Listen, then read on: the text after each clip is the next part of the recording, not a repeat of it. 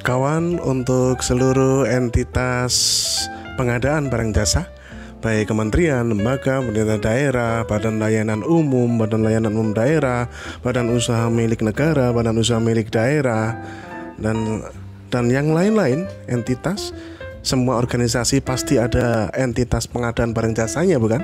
Ya, karena pasti ada belanjanya. Izinkan saya menawarkan jasa brandware penyusunan berbagai macam kajian-kajian akademis yang Anda butuhkan. Seperti yang pernah saya ulas di VT sebelumnya, saya membuat kajian untuk melengkapi keputusan kebijakan Badan Layanan Umum Daerah untuk membuat pembeda kebijakan, ya, itu contohnya seperti ini.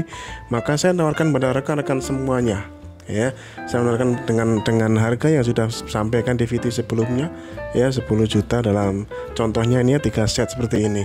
Dan pada VT ini adalah pada prinsipnya apapun kajian yang Anda minta, insya Allah kami bisa. Ya, insya Allah kami bisa. Contohnya di sini adalah kajian yang terkait dengan kebijakan e-purchasing yang memilih untuk tidak membuat pasar marketplace sendiri, tetapi cukup memanfaatkan common marketplace yang populer di Indonesia. Misalnya seperti itu. Nah, justifikasinya ada di sini. Ya, kalau kita membuat kebijakan e-purchasing, apa kita lebih memilih membuat belanja langsung ke TikTok misalkan, atau ke marketplace yang lain gitu, atau kita membuat seperti yang dilakukan pemerintah, bikin katalog elektronik pasar tersendiri gitu. Nah, mana yang lebih baik? Kalau menurut saya sih langsung ke Commons, ya. Maka justifikasinya kita bisa buat seperti ini, ya. Contoh lain kajian yang sudah pernah kita bikin di sini.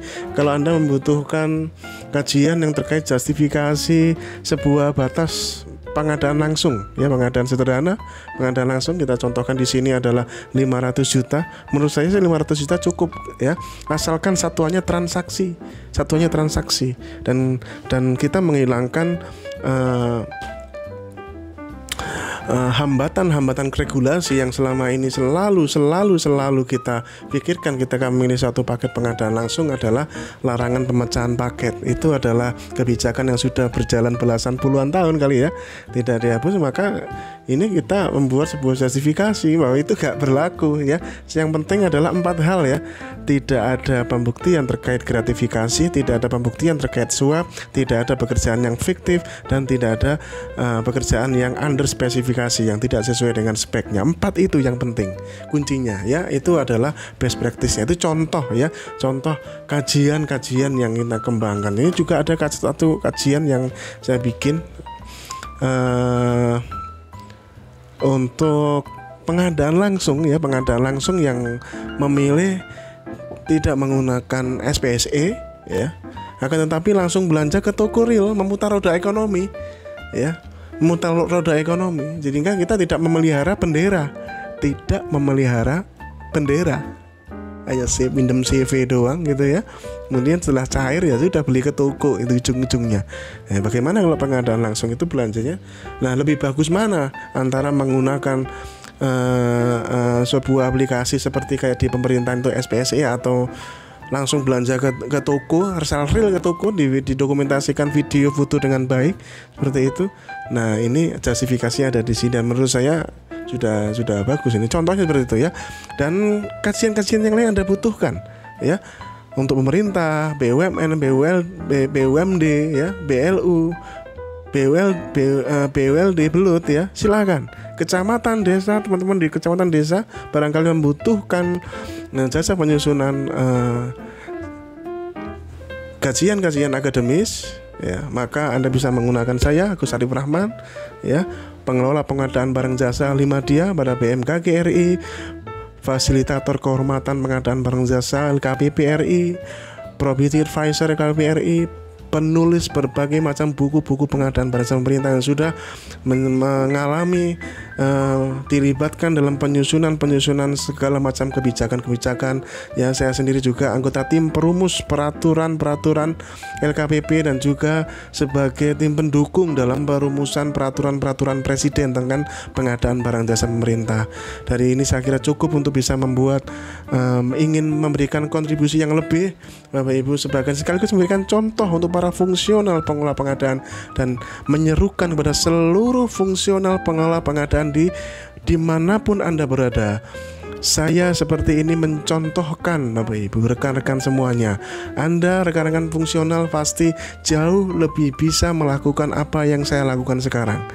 Karena sejatinya para fungsional pengelola pengadaan itu jauh lebih hebat pengalamannya daripada non-fungsional. Ya, karena para fungsional pengelola pengadaan memiliki kompetensi yang lebih.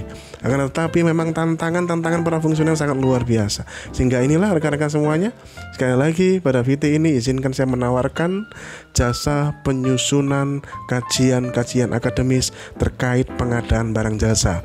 Barangkali juga untuk kampus-kampus yang membutuhkan penelitian, maka saya bisa digunakan. Izinkan saya bisa ikut terlibat sehingga itu sesuai dengan. Kalau saya menyusun seperti ini, apakah ini pekerjaan ceperan? Oh, bukan. Ya, kalau saya diundang ya oleh entitas lain seluruh BMKG atau saya menyusun peraturan seperti ini, itu bukan pekerjaan ceperan saya, tapi saya menjalankan undangan tugas jabatan. Saya menjalankan berbagai tugas jabatan yang memang sudah diatur, Bapak Ibu, untuk fungsional pengelola pengadaan, apalagi yang untuk ahli media, pembinaan, konsultasi, BIMTEK, dan hal-hal yang terkait dengan strategi pengadaan. Dan itu terbukti dari standar kompetensi para ahli media pengadaan barang jasa, di mana lebih kental kepada hal-hal yang terkait dengan strategi, dan nanti akan dimatangkan lagi pada ahli utama yang sebentar lagi insya Allah akan kita buat, rekan-rekan semuanya. Oke, sukses. Jika Anda membutuhkan jasa penyusunan kajian akademis, silakan bisa menghubungi di bio saya, nomor saya ada di situ di WhatsApp. Sukses buat rekan-rekan semuanya. Jaga integritas, tingkatkan kompetensi, dan teruslah berinovasi.